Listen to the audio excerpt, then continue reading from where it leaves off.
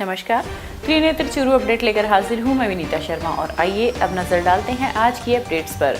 चूरू के Bhutia road ward संख्या 48 में आज नवरात्रा पर नव दुर्गा भक्त मंडल के पदाधिकारियों ने 14वें विशाल दुर्गा महोत्सव का आयोजन किया। आयोजक लखन ने बताया कि राजस्थान में पहली बार सफेद व काली तिल्लियों से माता की मूर्ति श्रद्धालुओं के लिए आकर्षण केंद्र बनी हुई है। पार्षद मेघराज भार्गव ने बताया कि महोत्सव पर प्रतिदिन कलाकारों द्वारा मनमोहक झांकियां सजाई जाएगी।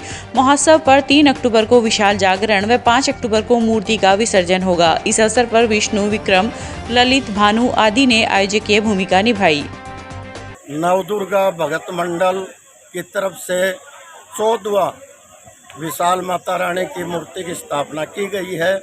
विशाल आयोजन किया गया है और इसके अंदर किसी का भी कोई चंदा नहीं लेते हैं। ये जो कार्य करता है नवदुर्गा भगत मंडल का, यही अपना सब कुछ माता रानी का करता है।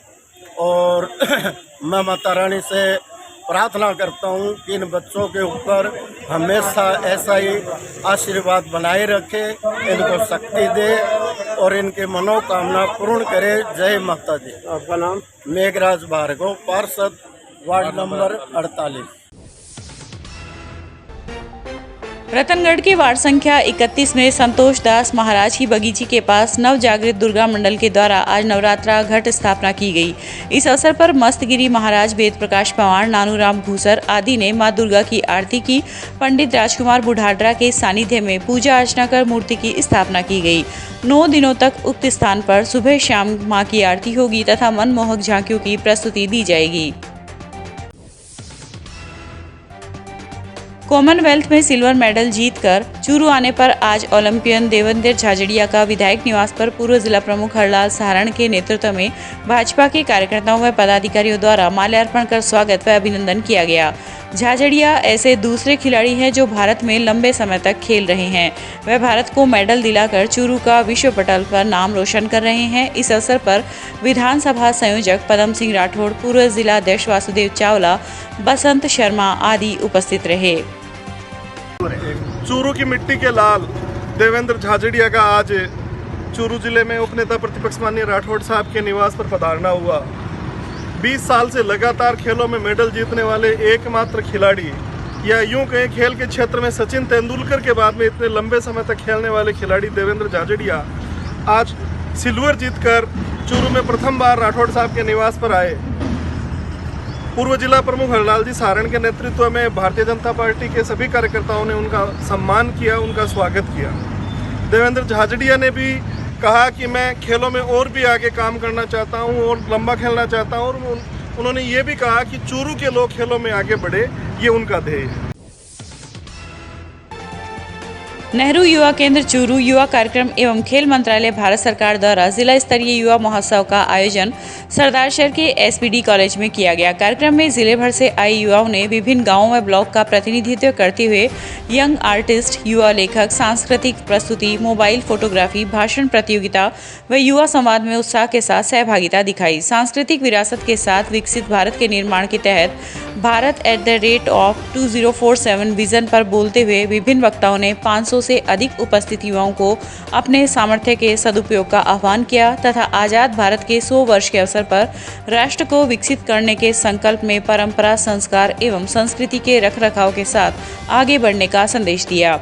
इस दौरान युवा उत्सव के मुख्य अतिथि पद्म भूषण देवेंद्र झाझड़िया ने युवाओं को खेलकूद व फिटनेस को जीवन के अभिन्न अंग के रूप में अपनाने की बात कही तथा उन्होंने कहा कि खेलों का वातावरण सिर्फ मेडल नहीं अपितु विभिन्न स्तरों पर प्रतिनिधित्व एवं सहभागिता के माध्यम से ही खेलकूद की संस्कृति को विकसित किया जा सकता है। विशिष्ट अतिथि डॉक्टर मनोज योगाचार्य ने खान पान, वातावरण, वेशभूषा व परंपरागत जीवन के तौर तरीकों की श्रेष्ठता बताते हुए उनके संरक्षण का आह्वान किया। इस अवसर पर एडवोकेट प्रदीप पूनिया, कॉलेज प्राचार्य डॉक्टर वी.के. स्वामी, जिला युवा अधिकारी मंगल जाखड़ आदि ने भी अपने विचार रखे। चूरू के स्थानीय लोक संस्कृति शोध संस्था नगर श्री में रविवार शाम को काव्य संध्या का आयोजन किया गया। सचिव श्याम सुंदर शर्मा ने बताया कि प्रत्येक माह के अंतिम रविवार को होने वाली पंडित कुंज बिहारी शर्मा स्मृति साहित्य गोष्ठी की 146वीं कड़ी दूलदान चारण की अध्यक्षता बनोरीलाल शर्मा खामोश व professor doctor Surendra D Soni के विशिष्ट सानिध्य में आयोजित हुई।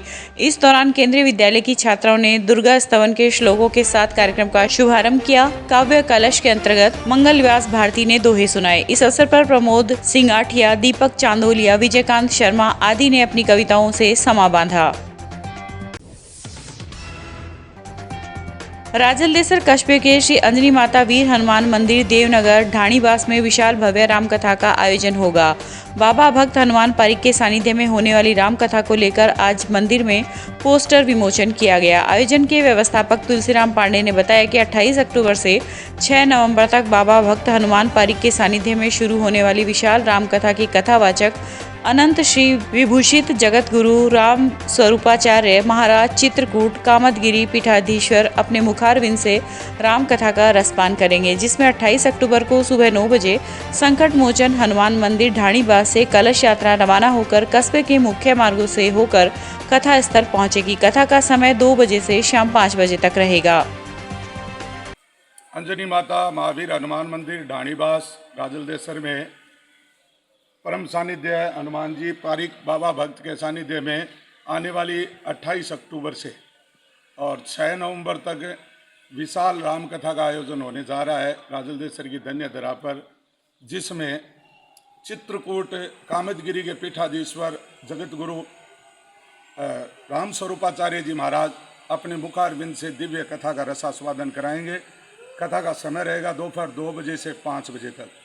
इसी कार्यक्रम के अंतर्गत 5 नवंबर को रात्रि विशाल भजन संध्या होगी, जिसमें अजय सिंह बीकानेर एंड पार्टी द्वारा भजनों की अमृत वर्षा होगी और अंतिम दिवस यानी कि 6 नवंबर को यहाँ रामकथा विसर्जन के उपलक्ष्य में हवन और महाप्रसाद का आयोजन रखा गया है। मेरा सभी से निवेदन है, आज इस कार्यक्रम के तहत पोस्टर का विमोचन किया गया है भव्य रामकथा के तहत परम सानिध्य बाबा भक्त हनुमान जी पारिक के सानिध्य में। तो पूरा आयोजन इनके सानिध्य में होने जा रहा है अंजनी माता महावीर हनुमान मंदिर देवनगर ढाणीबास राजलदेसर में। मेरा सभी से निवेदन है, ज़्यादा से ज़्यादा संख्या में दिव्य वक्ता राजलदेसर की धन्य धरा पर आ रहे हैं, तो उनका वाचन सुनने के लिए और राम कथा का रसास्वादन करने के लिए आप सभी पधारें और इस कार्यक्रम की शोभा बढ़ाएं। जय श्री। अग्रसेन जयंती महोत्सव 2022 के अंतर्गत श्री अग्रसेन भवन चूरू में आज विभिन्न कार्यक्रम आयोजित किए गए। कार्यक्रमों के अंतर्गत सुबह दोपहिया वाहनों के साथ प्रभात फेरी निकाली गई, जिसमें अग्रवाल समाज के बड़े बुजुर्ग के साथ साथ युवकों व युवतियों ने बढ़ चढ़कर भाग लिया। प्रभात फेरी का बाजार में जगह जगह स्वागत किया गया। फेरी के पश्चात अग्रसेन नगर में ध्वजारोहण का कार्यक्रम किया गया, जिसमें मुख्य अतिथि ज्ञान प्रकाश गुप्ता का माल्यार्पण गौरीशंकर मंडावीवाला ने किया। वहीं पवन बगड़िया एवं काशीराम क्याल ने शॉल उठाकर व शेरू गोयनका ने श्रीफल भेंट कर उनका सम्मान किया। इस अवसर पर रक्तदान शिविर का आयोजन किया गया, जिसमें 60 से अधिक लोगों ने रक्तदान किया। हमारे अग्रसेन जी महाराज की 5146वीं जयंती आज धूमधाम पूर्वक मनाई जा रही है। अग्रसेन जयंती का कार्यक्रम 5 दिवसीय रखा गया, 22 सितंबर से 26 सितंबर तक। 22 से 24 तक बैडमिंटन प्रतियोगिता हुई, 25 तारीख को बच्चों के लिए हाउजी और संभल स्पोर्ट और म्यूजिकल चेयर की प्रतियोगिताएँ हुई। आज सुबह प्रभात फेरी निकाली गई, अभी ध्वजारोहण हुआ है, शाम को हमारी शोभा यात्रा निकाली जाएगी, अभी रक्तदान का कार्यक्रम है और उसके बाद पारितोषिक वितरण का जो बच्चों ने भाग लिया है, जो मेगा छात्र उनका अभिनंदन होगा। इस कार्यक्रम के लिए जो समाज के सभी लोगों ने जिन्होंने सहयोग किया, समाज के सभी लोग आए, सभी का मैं धन्यवाद देता हूँ। वहीं 7 दिवसीय अग्रसेन जयंती महोत्सव के तहत मनाए जा रहे आशीर्वाद समारोह में आज रतनगढ़ में अग्रसेन महाराज की शोभा यात्रा निकाली गई। अग्रसेन भवन से शुरू हुई शोभा यात्रा बैंड बाजों के साथ शहर के चारों बाजारों से होती हुई पुणे भवन पहुंची, जहां पर समापन समारोह का आयोजन हुआ। शोभा यात्रा की विशेष बात यह थी कि इसमें अग्रसेन महाराज के वंशज के रूप में 18 गोत्र के प्रतीक घोड़े पर सवार होकर शामिल हुए। शोभा यात्रा के स्वागत के लिए शहर के बाजारों में समाज के लोगों द्वारा 50 से अधिक स्वागत द्वार बनाए गए। शोभा यात्रा का जगह जगह इत्र व पुष्प वर्षा से स्वागत किया गया। शोभा यात्रा का विधायक अविनेश महर्षि, कांग्रेस नेता हेमंत सारस्वत, पूर्व मंत्री राजकुमार रेणवा सहित कई संगठनों, जनप्रतिनिधियों एवं समाज के लोगों द्वारा पुष्प वर्षा कर स्वागत किया गया। इस दौरान नामदेव दर्जी समाज ने भी पुष्प वर्षा कर उनका अभिवादन किया। अग्रसेन जयंती पर अग्रवाल सेवा समिति रतनगढ़ द्वारा 7 दिवसीय अग्रसेन जयंती महोत्सव आशीर्वाद 2022 का आयोजन रखा गया। आज अंतिम 7वां दिन है। ये महाराज धीराज की शोभा यात्रा है। तत्पश्चात वापस भवन में लौटेगी और उसके बाद मुख्य जयंती समारोह भवन में संपन्न होगा। सबसे पहले रामायण जो पाठ कल बैठा था उसका विसर्जन हुआ था। उसके पास हनुमान प्रसाद जी पोदार की मूर्ति पर माल्यार्पण पुष्प वर्षा की गई। तत्पश्चात नगर सेठ स्वर्गीय श्री सूरजमल जी जालान की मूर्ति पर माल्यार्पण पुष्प वर्षा की गई थी। उसके बाद दोपहर भवन में प्रश्न मंच, जो कि बहुत ही आकर्षक रोचक होता है, ज्ञानवर्धक भी होता है। पिछले 22 सालों से ये प्रश्न मंच हो रहा है। आज उसका भी आयोजन हुआ था। उसके बाद ये शोभा यात्रा आयोजित हो रही है। चूरू के ओम कॉलोनी में नौरतमल नारायण प्रसाद किरोड़ीवाल के सौजन्य से झुंझुनू चंचलनाथ टीला के महंत ओमनाथ के सानिध्य में भागवत कथा ज्ञान महायज्ञ के शुभारंभ पर आज विशाल कलश यात्रा निकाली गई। कथा में श्रद्धालुओं को प्रवचन देते हुए वृंदावन के कथावाचक मनीष नाथ ने कहा कि भागवत कथा सुनने से पुण्य की प्राप्ति होती है। कथा सुनने से मनुष्य के कष्टों का निवारण होता है, इसलिए प्रत्येक व्यक्ति को भागवत कथा का स्मरण करना चाहिए। रतनगढ़ के संकट मोचन बालाजी मंदिर समिति के तत्वाधान में सालासर जाने वाले पैदल यात्रियों की सेवार्थ 15 दिवसीय शिविर का शुभारंभ आज पूजा अर्चना के साथ हुआ। एसीजीएम कन्हैयालाल पारीक, समिति के संरक्षक संतोष कुमार इंदौरिया व विनोद डागा ने बाबा की ज्योत प्रज्वलित कर पूजा अर्चना की तथा सामूहिक हनुमान चालीसा का पाठ किया। संस्थान के नरेंद्र झंवर ने बताया कि सालासर पैदल जाने वाले यात्रियों की सेवार्थ लगने वाला उक्त भंडारा पूर्णिमा तक चलेगा, जिसमें यात्रियों के लिए जलपान, चिकित्सा, भोजन व आवास की व्यवस्था निःशुल्क रहेगी। ये संकट मोचन बालाजी धाम सरदार शहर रोड रतनगढ़ में है। इसमें ये हमारा परंपरागत 33वां ये भंडारा चल रहा है। अभी शुभारंभ किया है कन्हैयालाल जी पारीक, पूर्व चेयरमैन संतोष बाबू इंदौरिया जी के सानिध्य में हम इसको चालू किया है। हमारे सभी सदस्य सक्रिय रूप से काम करते हैं। इसको हम पूर्णिमा तक रात दिन की सेवा, हमारे यहाँ भोजन की, नहाने धोने की, आवास व्यवस्था सारी यहाँ पर हम करते हैं, निःशुल्क करते हैं। पैदल यात्री और बालाजी के सालासर जाने वाले जितने भी यात्री हैं, चाहे बस में जाए चाहे पैदल जाए, वो यहाँ आते हैं। भादरा के गांव जिगाश्री बड़ी के श्री सत्यनारायण मंदिर में आज ग्रामीणों के सौजन्य से हवन किया गया। इंद्र भगवान को प्रसन्न करने के लिए व क्षेत्र में सुख समृद्धि को लेकर श्री हरिगिरी महाराज, गुसाई दादा, रामगिरी दादा आदि संतों महाराजों की प्रेरणा से पंडित शास्त्री कन्हैयालाल शर्मा ने हवन को विधिवत शुरू किया। इस अवसर पर निहाल सिंह, मास्टर रामकुमार भाकर, केशुराम शर्मा आदि उपस्थित रहे। हमारे गांव जिगाश्री बड्डी में आज शुभ दिन, पहला नौरते के दिन होम किया जाता है। तो सभी ग्रामवासियों के सहयोग से होम किया जा रहा है। पंडित जी कन्हैयालाल जी इस होम को कर ला रहे हैं, आवाती दें और गांव के भी हैं। सभी को गांव में सुख शांति रहे और शांति बने रहे, भाईचारा बने रहे, भगवान इंद्र भगवान राजी हो और सभी देवता हमारे गांव में देवता, ये गांव है जो देवता की धरती पर बसा हुआ है, जिसमें रामगढ़ दादा जीवंत समाधि ली हुई है और गोसाई जी महाराज हैं और हरिगढ़ जी महाराज हैं, गुगा जी महाराज हैं, गोरखनाथ जी महाराज हैं, शंकर जी भगवान हैं। इनको हम सभी को प्रसन्न करने के लिए होम किया जाता है। तो गांव जिगाश्री बड्डी में सभी के सहयोग से और सभी गांव की महिलाएं और पुरुष यहाँ पर हाजिर हैं। सभी भगवान का नाम ले रहे हैं और सभी ये संकल्प ले रहे हैं कि ये भगवान हमारे गांव में शांति कुंज हरिद्वार के तत्वाधान में चूरू गायत्री शक्तिपीठ में 108 कुंडीय श्री गायत्री महायज्ञ का आयोजन 6 अक्टूबर से 9 अक्टूबर तक संपन्न होने जा रहा है, जिसकी पूर्व तैयारियां प्रारंभ हो गई है। शारदीय नवरात्रि के शुभारंभ के उपलक्ष्य पर गायत्री शक्तिपीठ में सामूहिक जप पूजन अनुष्ठान का कार्यक्रम भी प्रारंभ हो गया है। अनुष्ठान के बाद सभी परिजन यज्ञ की तैयारियां कर रहे हैं। रतनगढ़ उत्कर्ष सेवा संस्थान के तत्वाधान में आज समापन समारोह का आयोजन किया गया। संस्थान सचिव कृष्णा माटोलिया ने बताया कि वार्ड संख्या 19 की आंगनबाड़ी कार्यकर्ता कंचन शर्मा को राष्ट्रीय पोषण मिशन योजना अंतर्गत उत्कृष्ट कार्य करने पर संस्था द्वारा सम्मानित किया गया। इस अवसर पर सहायिका विनोद देवी, भंवरलाल टेलर, आशा, सुनीता आचार्य सहित कई महिलाएं उपस्थित थी।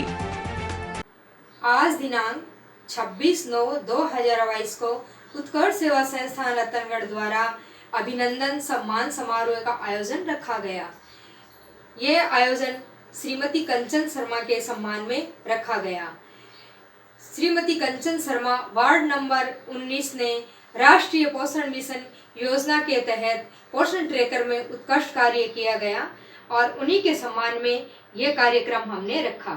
संस्थान ने यह कार्यक्रम इस उद्देश्य से रखा कि उनका मनोबल बढ़ाया जाए एवं अन्य कार्यकर्ताओं को भी यह प्रेरणा मिले कि अच्छा कार्य करने पर किस तरीके से पुरस्कृत किया जाता है। इसी के तहत उत्कर्ष सेवा संस्थान और उनके साथी कार्यकर्ता एवं वार्ड वासियों ने उनका शॉल एवं माल्यार्पण कर स्वागत किया। श्रीमती कंचन शर्मा ने सभी का धन्यवाद ज्ञापित किया एवं उन्होंने कहा कि ये कार्य मैं वार्ड वासियों, अपने परिवार एवं अपनी साथी बहनों के सहयोग से कर पाई हूँ। डॉक्टर महेश कुमार शर्मा की पत्नी स्वर्गीय अनु देवी की स्मृति में डॉक्टर शर्मा व डॉक्टर मुबारिक अली मुगल द्वारा ईदगाह मोहल्ला चूरू के मदरसा में आज निःशुल्क चिकित्सा शिविर लगाया गया, जिसमें 163 रोगियों के घुटना दर्द, कमर दर्द, साइटिका, गठिया रोग, हड्डियों का दर्द, नसों का दर्द व अन्य सभी प्रकार के दर्द का उपचार किया गया। इस दौरान नीलेश वशिष्ठ, मोहम्मद आजम, मोहम्मद फारूक आदि ने अपनी सेवाएं दी। चूरू के सदर थाने में आज थानाधिकारी सुभाष चंद्र ने थाना सुरक्षा सखी नोडल अधिकारी कविता की मौजूदगी में एक बैठक ली। थानाधिकारी सुभाष चंद्र ने सुरक्षा सखियों को महिलाओं पर होने वाले अत्याचारों व उनके अधिकारों के बारे में जागरूक रहने व उनके पास आने वाली हर समस्याओं के प्रति जानकारी दी। इस दौरान सुमन, सुनीता रामसरा, सुलोचना सैनी आदि मौजूद रही। ये थाना सदर पर आज सुरक्षा सखियों की मीटिंग ली गई है। सुरक्षा सखियों की मीटिंग का उद्देश्य यही है कि महिलाओं के प्रति जो उत्पीड़न हो रहा है उसकी रोकथाम के लिए महिलाओं में जागरूकता पैदा करना तथा महिलाओं को उनके अधिकारों और जो उनके लिए कानून बने हुए हैं उनकी जानकारी देना। सर, कितने दिनों से ये बैठक होती है और किस तरह की चर्चा हुई? ये महीने में एक बार बैठक का आयोजन किया जाता है। एक बार कम से कम बैठक होनी चाहिए, ज़्यादा भी हो सकती है। इसमें महिलाएं और बालिकाओं के प्रति जो अपराध हो रहे हैं उनकी रोकथाम के संबंध में और महिलाओं और बच्चियों में जागरूकता लाने के लिए इन्हीं मुद्दों पर विचार विमर्श हो रहा है। चूरू के पंखा रोड पर राजस्थान मुस्लिम वक्फ बोर्ड जिला कार्यकारिणी की प्रथम बैठक आज हुई, जिसमें नवनियुक्त पदाधिकारियों का स्वागत किया गया।